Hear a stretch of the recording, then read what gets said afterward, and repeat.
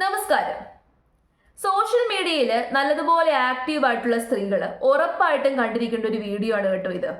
അപ്പൊ ഞാൻ ഈ കാണിച്ചേക്കുന്ന ഈ വ്യക്തി, ഇയാളുടെ പേരാണ് നിഷാൽ മുഹമ്മദ്. ഇവൻ മലപ്പുറം തിരൂർ സ്വദേശിയാണ്. അപ്പൊ ഇവന്റെ ഒരു സ്ഥിരം പരിപാടി, ഇവനൊരു യൂട്യൂബറാണ്. യൂട്യൂബിൽ ഒരു ചാനലുണ്ട്. ഇവന്റെ സ്ഥിരം പരിപാടി എന്താന്ന് ചോദിച്ചു കഴിഞ്ഞാൽ സോഷ്യൽ മീഡിയയിൽ വല വിരിച്ചിട്ടേക്കാണ്. എന്നിട്ട് ഈ വലയിലേക്ക് വന്ന് കുരുങ്ങുന്ന കൊളുത്തുന്ന സ്ത്രീകളെയൊക്കെ തന്നെ ഇവൻ മാക്സിമം ഉപയോഗിക്കും. അപ്പൊ ഇവനൊരു യൂട്യൂബ് ചാനൽ ഉണ്ടെന്ന് പറഞ്ഞല്ലോ. ആ യൂട്യൂബ് ചാനലിൽ ഇവന്റെ മെയിൻ ആയിട്ടുള്ള കോണ്ടന്റ് എന്ന് പറയുന്നത് റൊമാൻസ് ആണ് കേട്ടോ.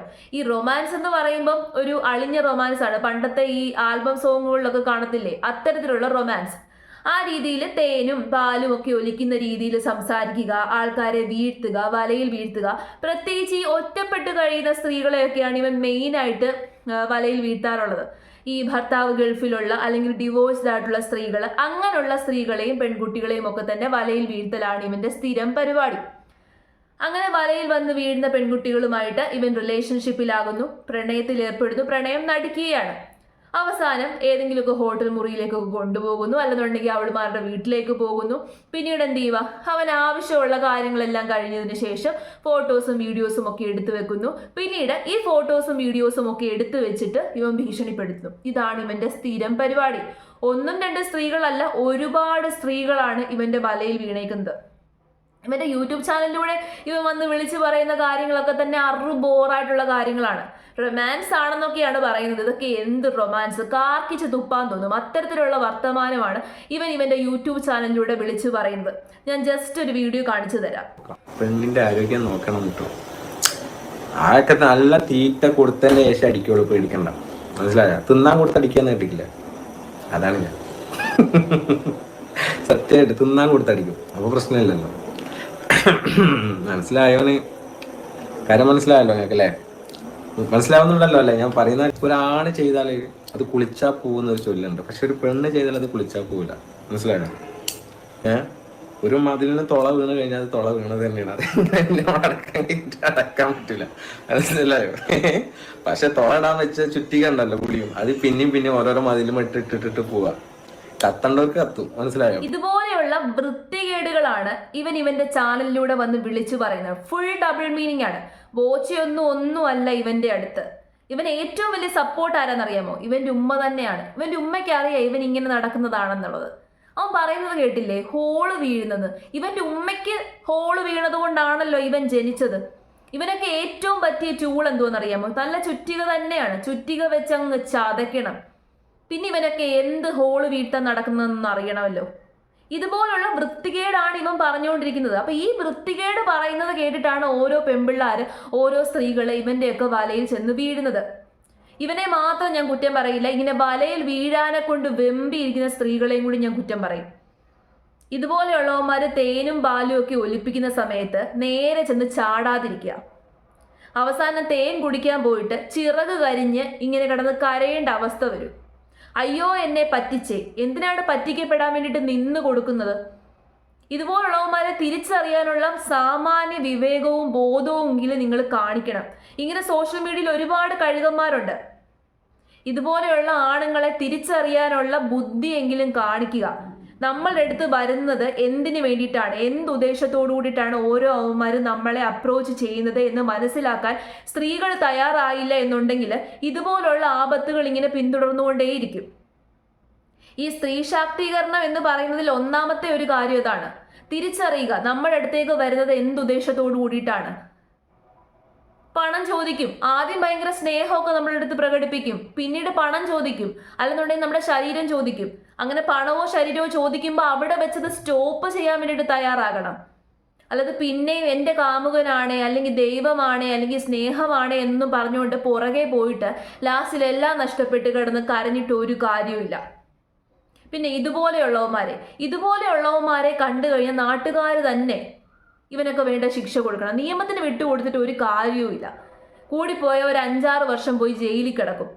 അതെന്തോ വലിയ ക്രെഡിറ്റ് ആണ് എന്നായിരിക്കും ഇവനൊക്കെ എടുക്കുന്നത്. അവന്റെ സംസാരം കേട്ടില്ലേ? ഇവന് സംസാരം കേട്ട് കഴിഞ്ഞാൽ ഇവനൊരു പെണ്ണിന്റെ വയറ്റിൽ നിന്ന് ജനിച്ചതാണെന്ന് തോന്നുന്നില്ല.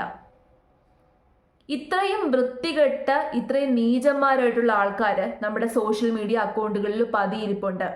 പെൺകുട്ടികൾ ശ്രദ്ധിക്കുക, ടീനേജേഴ്സ് ആയിട്ടുള്ള പെൺകുട്ടികൾ ശ്രദ്ധിക്കുക. നമ്മുടെ അടുത്ത് ഹായ് ഇട്ടുകൊണ്ട് വരും, നമ്മുടെ അടുത്ത് സ്നേഹമാണെന്ന് പറയും, ആങ്ങളെ പോലാണെന്ന് പറയും, അല്ലെങ്കിൽ പെങ്ങളെ പോലാണെന്ന് പറയും. എല്ലാവരെയും തിരിച്ചറിയുക. വർഷങ്ങളായിട്ട് നമുക്ക് പരിചയമുള്ള ആൾക്കാരെ പോലും നമുക്ക് അറിയില്ല, വ്യക്തമായിട്ട് അറിയില്ല. ഈവൻ നമ്മുടെ റിലേറ്റീവ്സിനെ പോലും, നമ്മുടെ കസിൻസിനെ പോലും നമുക്ക് അറിയില്ല അവരുടെയൊക്കെ ചിന്താഗതി എപ്പോഴാണ് മാറി മറിയുന്നത് എന്ന്. അപ്പൊ അത്രയും ഡേഞ്ചറസ് ആയിട്ടുള്ള ഒരു സ്ഥലത്ത് നിൽക്കുമ്പോൾ, അങ്ങനൊരു സൊസൈറ്റിയിൽ ജീവിക്കുമ്പോൾ നമ്മൾ കുറച്ചൊക്കെ സൂക്ഷിക്കുക. നമ്മൾ സൂക്ഷിക്കേണ്ട കാര്യം നമ്മൾ സൂക്ഷിക്കുക. അതെങ്കിലും ചെയ്യാതെ ഇങ്ങനെ ബുദ്ധിയില്ലാതെ വിവരമില്ലാതെ ആരെങ്കിലുമൊക്കെ സ്നേഹം കാണിക്കുമ്പോൾ, ആരെങ്കിലുമൊക്കെ തേനൊലിപ്പിക്കുന്ന സമയത്ത് അയ്യോ എനിക്ക് സ്നേഹമാണ് എന്ന് പറഞ്ഞുകൊണ്ട് പോകാതെ ഇരിക്കുക. ഒരുപാട് കഴുകന്മാരുണ്ട്, മെയിനായിട്ട് സോഷ്യൽ മീഡിയയിലാണ്. കാരണം ഇപ്പൊ സോഷ്യൽ മീഡിയ വഴിയാണല്ലോ എല്ലാം അങ്ങോട്ടും ഇങ്ങോട്ടും കൊടുക്കുന്നത് സോഷ്യൽ മീഡിയ വഴിയാണല്ലോ. കരള് പങ്കിടുന്നത് വരെ ഇപ്പൊ സോഷ്യൽ മീഡിയ വഴിയാണ്, ഹൃദയം കൈമാറ്റവും എല്ലാം. ഇപ്പൊ സോഷ്യൽ മീഡിയയിൽ ഒരുപാട് ആൾക്കാരുണ്ട്. നേരിട്ട് പരിചയം കാണത്തില്ല നമുക്ക്, ഇതിലൂടെ ആയിരിക്കും പരിചയം. ഇങ്ങനെ ഭയങ്കര സ്നേഹത്തോടു കൂടി സംസാരിക്കുകയും റൊമാൻറ്റിക് ആയിട്ടുള്ള കാര്യങ്ങൾ പറയുകയും നമ്മളോട് കഴിച്ചോ കുടിച്ചോ, പ്രത്യേകിച്ച് ഈ ഡിപ്രഷനിലുള്ള ആൾക്കാരൊക്കെ ആരെങ്കിലും സംസാരിച്ചു കഴിഞ്ഞാൽ അയ്യോ അത്രയും വലിയ കാര്യമെന്ന് വിചാരിക്കുന്നവരായിരിക്കും. പക്ഷേ നമ്മുടെ ആ വീക്ക്നെസ്സിനെ ഇവർ മുതലെടുക്കുകയായിരിക്കും. ഓ ഇവൻ എന്തൊരു മനുഷ്യനാണല്ലേ, അവന്റെ ആ ഒരു ഗട്ട്സ് നോക്കിക്കോണം. സോഷ്യൽ മീഡിയ വഴി വന്നിരുന്ന് ഇവൻ ചെയ്ത പ്രവൃത്തിയൊക്കെ ഇങ്ങനെ ഡബിൾ മീനിങ് വെച്ചിട്ട് പറയാനുള്ള ഗട്ട്സ്. ഇവനെയൊക്കെ കണ്ടു കഴിഞ്ഞാൽ എറിഞ്ഞോടിക്കുകയും ചെയ്യണം. ഈ മലപ്പുറത്തുകാരോട് എനിക്ക് പറയാനുള്ളത്, ഇതുപോലുള്ളവന്മാരെയൊക്കെ കണ്ടു കഴിഞ്ഞാൽ എറിഞ്ഞോടിക്കുക. അവരെയൊന്നും നാട്ടിൽ പോലും വെച്ച് പൊറുപ്പിക്കരുത്. ഇവന്റെ ഉമ്മ ഒരു ഉമ്മയാണോ? സ്വന്തം മക്കള് ഇങ്ങനെ നടക്കുമ്പോൾ നേർവഴി കാട്ടേണ്ടവരാണ് ഉമ്മമാര് അല്ലെങ്കിൽ അച്ഛന്മാര്. അതല്ല സ്വന്തം മകൻ ഇങ്ങനെയൊക്കെ കാണിക്കുന്നത് കണ്ടിട്ട് അങ്ങ് സന്തോഷം കൊണ്ട് പുളകിതരാവുകയല്ല ചെയ്യേണ്ടത് മാതാപിതാക്കള്. നമ്മളെ കൊണ്ട് നേർവഴി കാണിക്കാൻ വേണ്ടിയിട്ട് പറ്റിയില്ലെന്നുണ്ടെങ്കിൽ ഏത് രീതിയിലാണോ നേർവഴി കാണുന്നത് ആ രീതിയിലേക്ക് നമ്മൾ പോവുക. പോലീസിനെ അറിയിക്കുക. സ്വന്തം മോനാണെന്നൊന്നും നോക്കണ്ട, പോലീസിനെ അറിയിക്കുക. അല്ലാതെ മോന് സപ്പോർട്ട് നിൽക്കുകയല്ല ചെയ്യേണ്ടത്. ഇവിടെയും കാണാൻ പോകുന്നൊരു കാര്യം എന്തെന്നറിയാമോ? ഇവന്റെ വലയിൽ വീണിട്ടുള്ള പെൺകുട്ടികളെ കുറ്റം പറയാൻ വേണ്ടിയിട്ടേ ആൾക്കാർ വരത്തുള്ളൂ. എന്തിനാണ് ചെന്ന് ചാടിയതെന്ന് പറയും. അത് സത്യമാണ്, എന്തിനാണ് ചെന്ന് ചാടിയത് എന്നുള്ളൊരു ചോദ്യമുണ്ട്. അതൊരു പ്രസക്തമായിട്ടുള്ളൊരു ചോദ്യമാണ്. പക്ഷെ എന്നിരുന്നാൽ തന്നെയും ഇതുപോലെയുള്ളവന്മാരെ എന്ത് ചെയ്യണം? സ്നേഹം കാണിച്ച് പെൺകുട്ടികളെ വലയിൽ വീഴ്ത്തി അവരെ പറ്റിക്കുന്ന, ചതിക്കുന്ന ഇതുപോലെയുള്ളവന്മാരെ എന്താണ് ചെയ്യേണ്ടത്? നിയമത്തിന് വിട്ടുകൊടുക്കുകയാണോ ചെയ്യേണ്ടത്? നിയമത്തിന് വിട്ടുകൊടുത്തു കഴിഞ്ഞാൽ എന്താണ് കിട്ടാൻ പോകുന്നത്? എന്ത് ശിക്ഷ കിട്ടാൻ പോവാണ്? നമ്മുടെ നാട്ടിൽ പ്രത്യേകിച്ചൊരു ശിക്ഷയില്ല. അതെന്നുണ്ടെങ്കിൽ ഈ അറേബ്യൻ രാജ്യങ്ങളിലൊക്കെ ഉള്ളതുപോലത്തെ ശിക്ഷ വേണം.